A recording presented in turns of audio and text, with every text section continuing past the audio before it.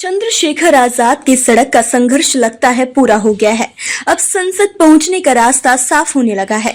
अब युवा दलित नेता की संसद में जाने की बारी है। नगीना लोकसभा में चंद्रशेखर आजाद के बढ़ते कुनबे और चुनाव से पहले वाई कैटेगरी सुरक्षा चंद्रशेखर आजाद को मिलने से बसपा, समाजवादी, आप, कांग्रेस गठबंधन व भाजपा में कहीं न की बेचैनी दिखाई दे रही है। बिजनौर जिले के कई बसपा, सपा, रालोद के नेताओं का आजाद समाज पार्टी में शामिल होना इस ओर इशारा करता है। नगीना लोकसभा में मौजूदा कई प्रधान चेयरमैन, पूर्व विधायक से लेकर स्वामी प्रसाद मौर्य तक चंद्रशेखर आजाद को समर्थन देने से विपक्षियों व विरोधियों में घबराहट पैदा करना इस बात का सबूत है कि मुख्यमंत्री योगी से लेकर पूर्व मुख्यमंत्री अखिलेश तक को एक लोकसभा क्षेत्र में दो बार सभाएं करनी पड़ रही हैं। कहीं न कहीं लोग इसका जिम्मेदार अखिलेश के टिकट बंटवारे को भी मानते हैं। बहरहाल लोग भी चंद्रशेखर को अपना मसीहा मान बैठे हैं। समाजवादी पार्टी छोड़ के एसपा में आ गए हो, इसका मुख्य कारण क्या है?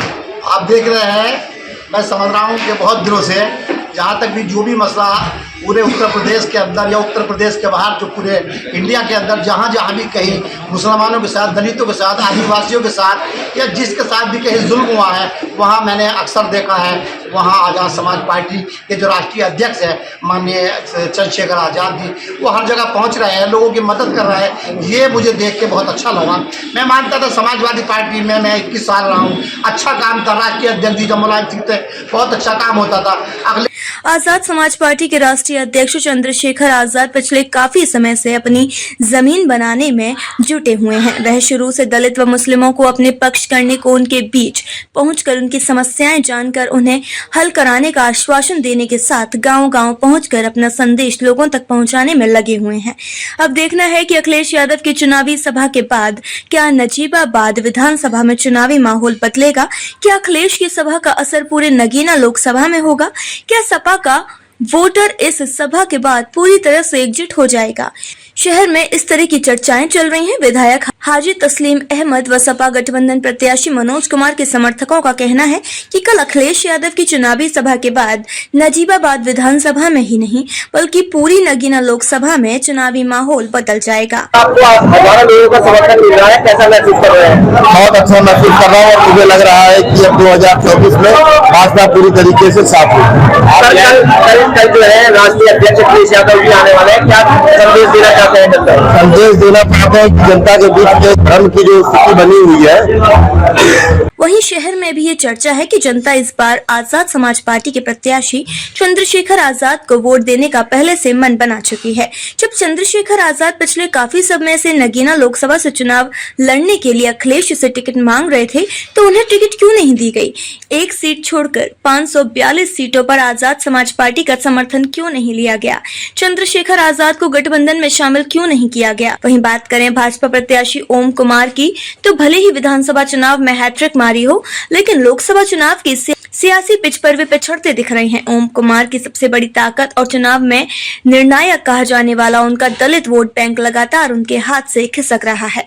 ऐसे तमाम दलित भी अन्य दलों के पास जाते दिख रहे हैं जिनकी आस्था भाजपा में थी। आवश्यकता पड़ने पर दलित समाज के लिए कानूनी लड़ाई अथवा सड़कों पर संघर्ष करने के लिए बेहतर विकल्प मिलने के कारण दलित समाज ओम कुमार से छिटकता दिख रहा है। नहटौर विधानसभा के विधायक एवं वर्तमान में नगीना लोकसभा से भाजपा प्रत्याशी ओम कुमार जनपद की राजनीति का एक बड़ा चेहरा माने जाता है।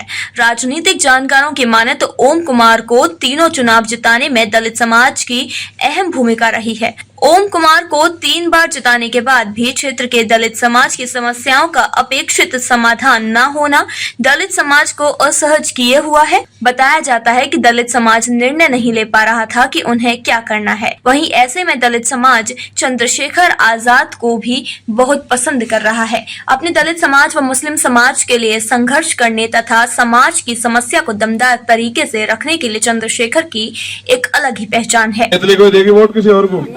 जोर से बता किसे दोगे वोट? निशान पक्का? क्या है निशान?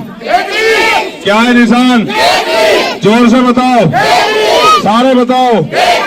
आपको बता दें 2015 में भीम आर्मी की स्थापना के बाद से चंद्रशेखर आजाद दलित अधिकारों की रक्षा के लिए टकराव का रास्ता अपनाते रहे हैं और इस दौरान कई बार जेल जा चुके हैं। अधिकांश दलित नेताओं और संगठनों की सांकेतिक राजनीतिक लड़ाई के उलट उनकी सक्रियता और आक्रामकता वाली शैली समुदाय को सुहा रही है। यही वजह है कि बहुजन समाज पार्टी बसपा की प्रमुख मायावती के लिए चिंता करने का कारण है कि दलित समुदाय के बीच उनका प्रभाव घट रहा है। 2007 के उत्तर प्रदेश विधानसभा चुनाव, जिसमें बसपा ने ब्राह्मणों, मुसलमानों और अन्य पिछड़ा वर्ग के समर्थन से 30% मतों के साथ बहुमत हासिल किया था, के बाद से बसपा का वोट शेयर गिरता जा रहा है। 2012 से यह 26% था और 2017 से 22% ही रह गया।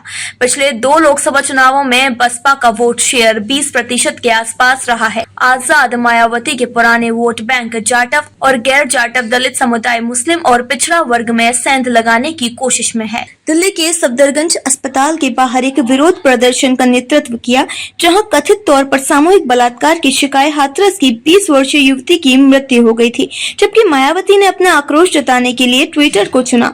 हाथरस की पीड़िता वाल्मीकि समुदाय की थी। आजाद इसी साल जनवरी में जामा मस्जिद के बाहर हजारों की संख्या में मौजूद CAA विरोधी प्रदर्शनकारियों के साथ डॉक्टर BR अम्बेडकर की तस्वीर लेकर संविधान की प्रस्तावना पढ़ते नजर आए थे, जिसने उनकी एक ऐसे नेता की ध्यान आकर्षित करने वाली छवि बनाई है जो दलित मुस्लिम समाज का हमदर्द हो। ये आजाद के लिए काफी मददगार साबित हुआ। जो आज इस मुल्क की सत्ता में काबिज है, ये कानून पारित करके इन्होंने संविधान की हत्या करने का प्रयास किया है। मैं तमाम अपील कर रहा हूँ कि गोरे अंग्रेजों जैसी काले अंग्रेजों की सरकार के खिलाफ, इस काले कानून के खिलाफ जारी रखे। हम भारत के लोग भारत को एक संपूर्ण समाजवादी, धर्मनिरपेक्ष, लोकतंत्रात्मक गणराज्य बनाने के लिए से जुड़े रहने के लिए हमारे YouTube चैनल को बेल आइकन पर क्लिक कर सब्सक्राइब करें।